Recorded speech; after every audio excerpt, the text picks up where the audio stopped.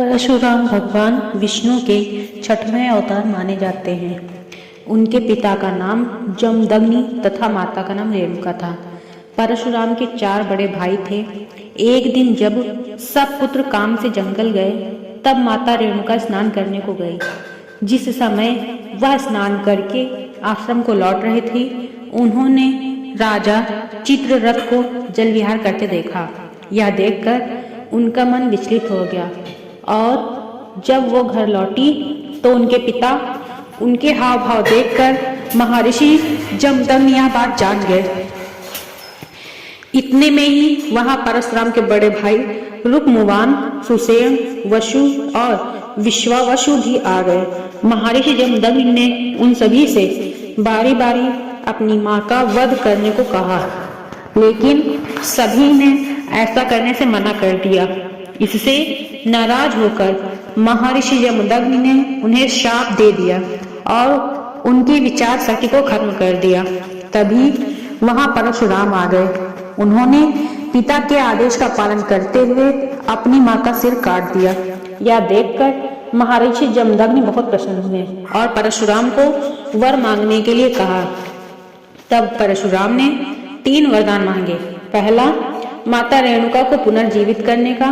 दूसरा, चारों भाइयों को ठीक करने का वरदान मांगा। तीसरे वरदान में उन्होंने मांगा कि उन्हें कभी पराजय का सामना न करना पड़े और उनको लंबी आयु प्राप्त हो।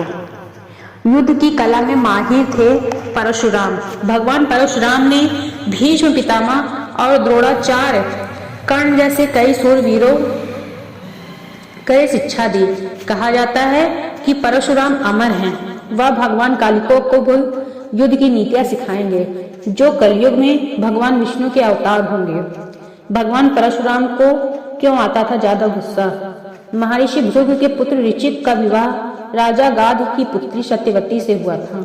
विवाह के बाद सत्यवती ने महर्षि भृगु से अपने व अपनी माता के लिए पुत्र की याचना की।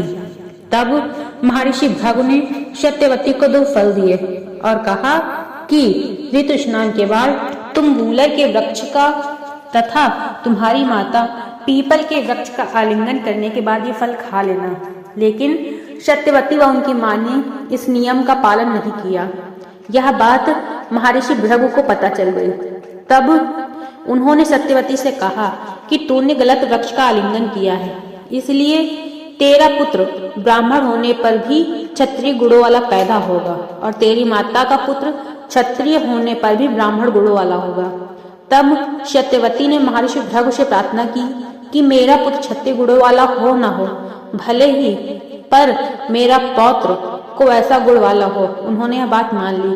कुछ समय बाद सत्यवती के गर्भ से जमदग्नि मुनि ने जन्म लिया। इनका विवाह रेणुका से हुआ। मुनि जमदग्नि के 5 पुत्र हुए। उनमें सबसे छोटे परशुराम थे।